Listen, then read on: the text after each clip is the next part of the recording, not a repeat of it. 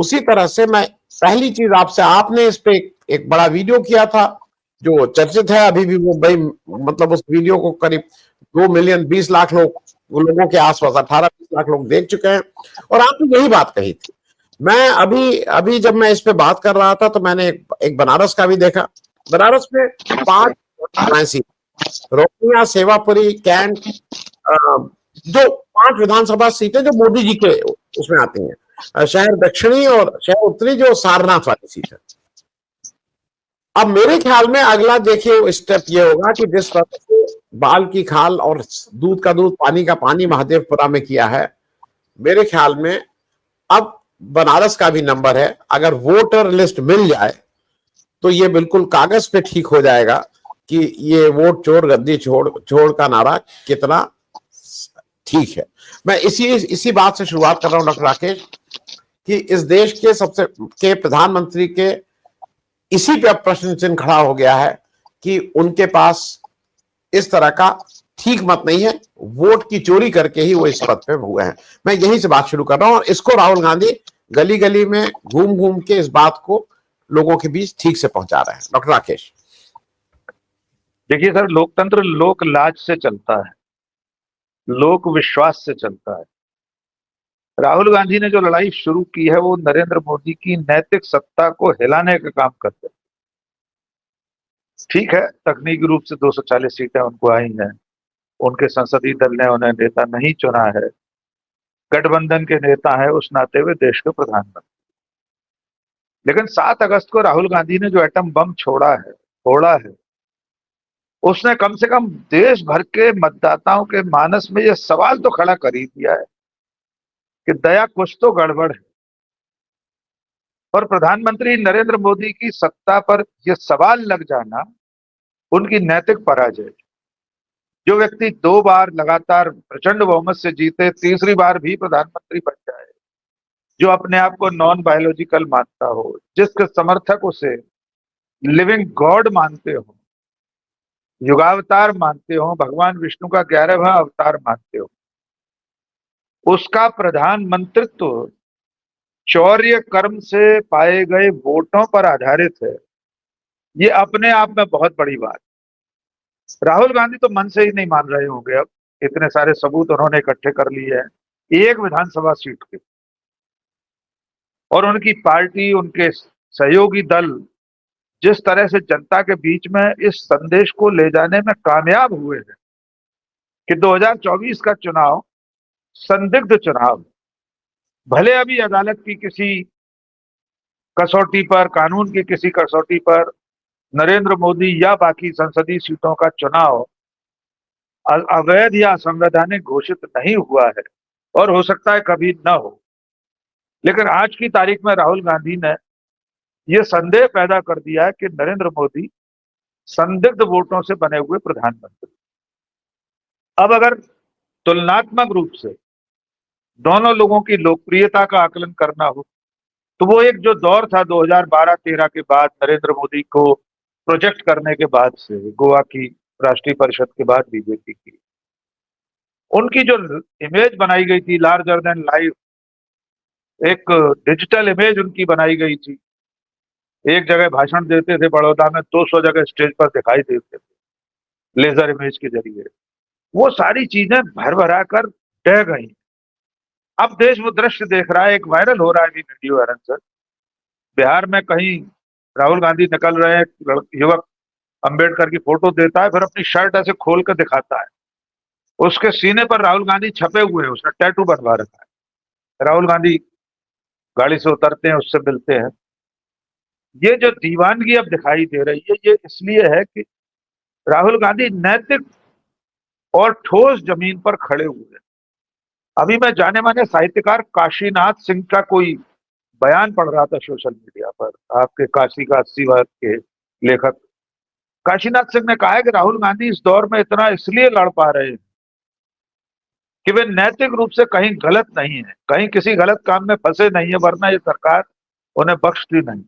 इससे भी आगे उन्होंने जाकर ये कहा है कि हो सकता है आने वाले समय में राहुल गांधी का आकलन महात्मा गांधी और नेल्सन मंडेला की तरह हो। आज हमें ये अतिशयोक्ति लग सकती है, राहुल गांधी भी एक राजनेता है, सत्ता के लिए ही राजनीतिक दल का संचालन कर रहे हैं। उनकी सारी लड़ाई, उनका संघर्ष प्रकारांतर से सत्ता के लिए ही होगा। इसके बावजूद वे जिस सत्ता से लड़ रहे हैं, जिस नरेंद्र मोदी नाम के ब्रांड के खिलाफ ताल ठोककर मैदान में, और साथ में राष्ट्रीय स्वयंसेवक संघ जैसे तथाकथित दुनिया के सबसे बड़े एनजीओ, मोदी के शब्दों, उससे भी लड़ रहे हैं। तो इस वैचारिक लड़ाई से नरेंद्र मोदी के प्रधानमंत्रित्व को उन्होंने काले घेरे में, एक कालिमा में तो घेर ही दिया है। अब ये लड़ाई आगे चलकर अगले चुनाव में वोटों में कितना बदलती है, ये भविष्य बताएगा। और अंतिम बात, बनारस की आपने बात कही, मेरा जो वीडियो 2 मिलियन के करीब दर्शक होने जा रहे हैं, उसमें इतनी सी बात थी कि बनारस के लोगों ने, बनारस की जनता ने अजय राय, जो इंडिया गठबंधन के प्रत्याशी थे, कांग्रेस के पीसीसी अध्यक्ष हैं, उनके घर जाकर उन्हें सांसद मान लिया है, सांसद घोषित कर दिया है। और हम भूले नहीं है उस दिन, मतगणना के दिन के वे हेडलाइन, वो ब्रेकिंग कि नरेंद्र मोदी बनारस में पिछड़े। घंटों तक फिर अपडेट वहां से नहीं आ रहा था। चुनाव आयोग की वेबसाइट ठप पड़ गई थी बनारस के बारे में अपडेट करने। तो ये यूं ही नहीं है कि 20 लाख लोगों ने हमारा और आपका वीडियो देख लिया। ये इसलिए भी है, ये जो दर्शक है ये भी ये बता रहा है कि उसके दिमाग में भी ये है कि बनारस में नरेंद्र मोदी चुनाव हार गए। ये बहुत बड़ी लड़ाई है जो राहुल गांधी के खाते में जा रही है। निश्चित तौर पर इसके लिए जिस तरह के प्रमाण और सबूतों की जरूरत है, साथ में जिस तरह के मनोबल और नैतिक बल की जरूरत है, वो राहुल गांधी के पास है। आगे क्या होगा हम नहीं जानते। जी हाँ। मैं डॉक्टर राकेश एक बेसिक बात जो उठाई है अनिल सिन्हा जी ने, इसलिए कि दर्शकों को यह भी समझ में आना चाहिए, बूथ लेवल एजेंट की जो टोटल मियाद होती है वो मतदान शुरू होने से लेके मतदान खत्म होने में सील जब वो लगा दिया जाता है, जो ईवीएम बोलिए या मत पेटी बोलिए, इट एंड्स देयर, उसकी वैधता खत्म, उसके बाद उसकी मियाद ही नहीं रहती है। जो ये काम करना चाह रहे हैं, जिसको जो ज्यादा बड़ा काम है, जो मुझे लगता है कि जिसको सुप्रीम कोर्ट भी वो लम्बा चढ़ा रहा है, जो अनिल सिन्हा साहब कह रहे हैं, एक चीज ये जान लीजिए कि बीएलए पोलिंग एजेंट तक बनने लायक नहीं। पोलिंग एजेंट आपको जब बनाना होता है हर टेबल के लिए, तो आपको नया फॉर्म भर के बनाना होता है कि ये मेरे पोलिंग एजेंट होंगे। और मैं एक चीज कहना नहीं चाहता था, जो बीएलए होते हैं वो आपके सबसे कर्मठ वर्कर नहीं होते हैं, वो थोड़े, अब क्या बोलूं, वो उसका अच्छा नाम, क्योंकि भाई बीएलए होते हैं, वो बीएलए बहुत अच्छे लोग नहीं होते हैं। अब ठीक है, मैं उसको ज्यादा नहीं कहूंगा क्योंकि हर पार्टी में को वो करना होता है, इसलिए क्या उसमें बोले।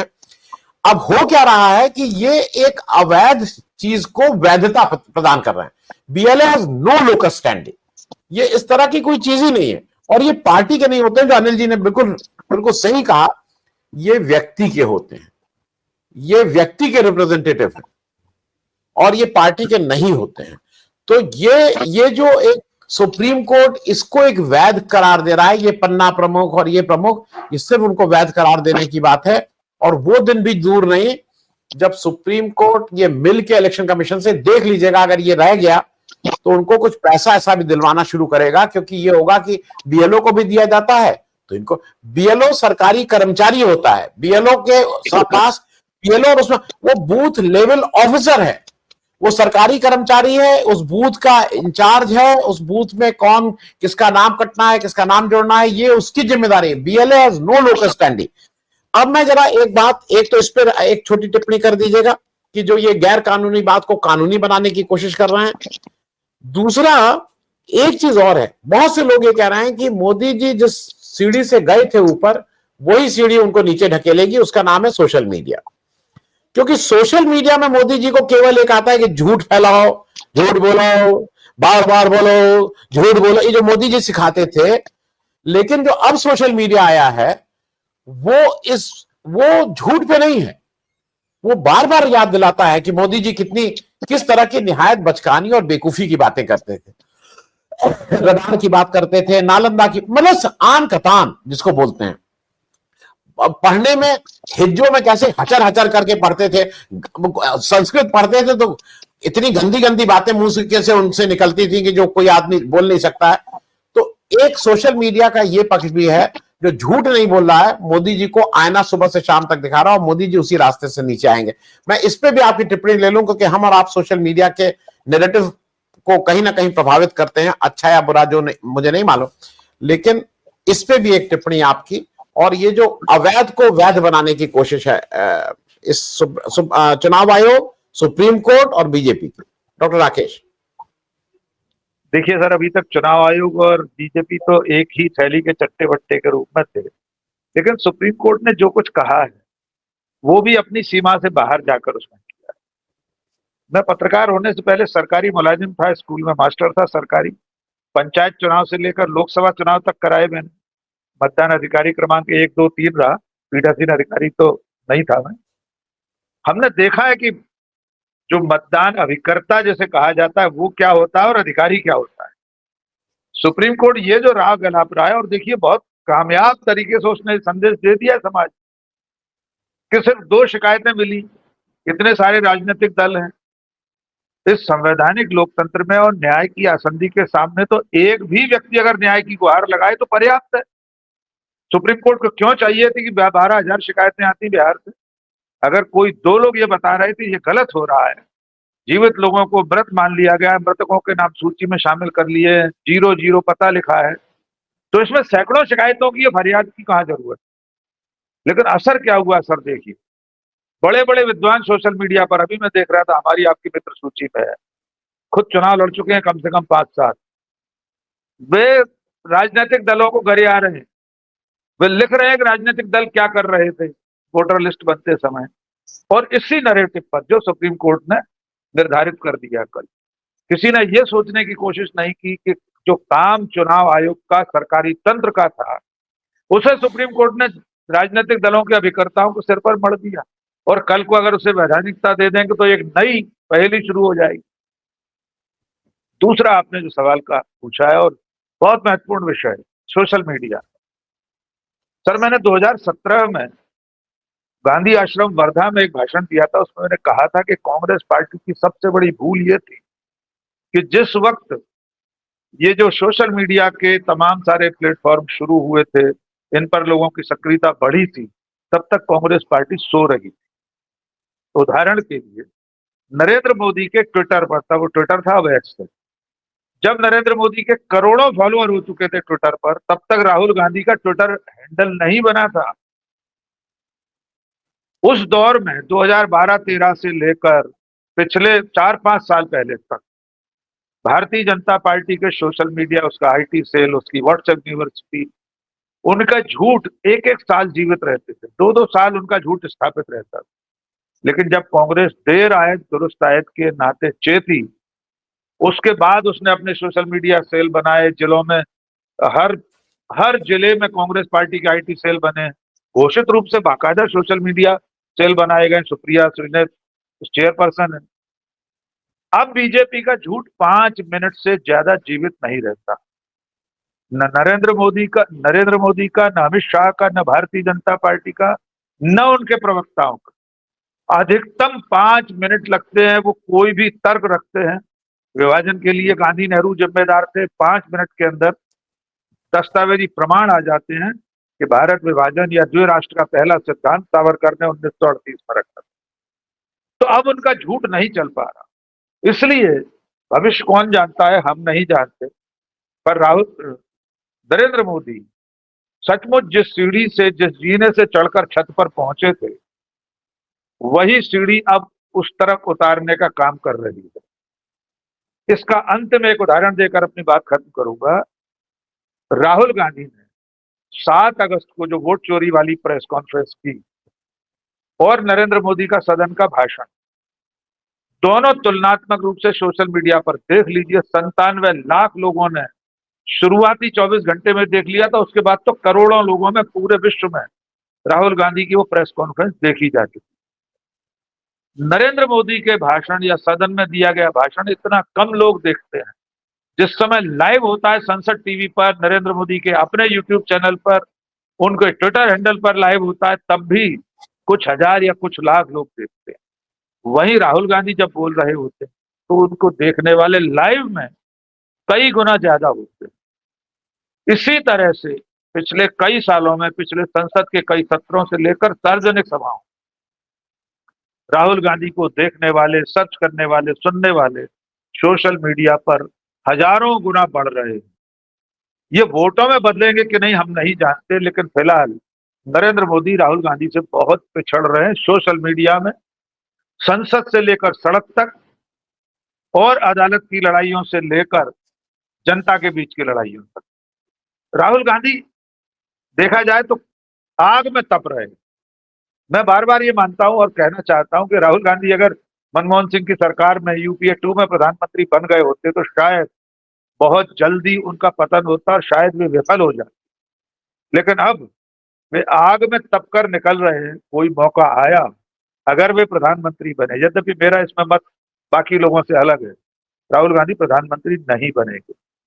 जिस दिन सेंट्रल हॉल में इंडिया गठबंधन की बैठक होगी, खुदा न खास्ता बहुमत हुआ, पूरा गठबंधन उन्हें प्रधानमंत्री बनाने के लिए नाम प्रस्तावित करेगा, वे टी शर्ट ऊपर करते हुए डाइस पर जाएंगे और कहेंगे मुझे प्रधानमंत्री नहीं बनना, किसी और को चुन लीजिए। ऐसा मेरा अनुमान है। तो फिलहाल देखते हैं, नरेंद्र मोदी लगातार मात खा रहे हैं, ब्रांड राहुल गांधी।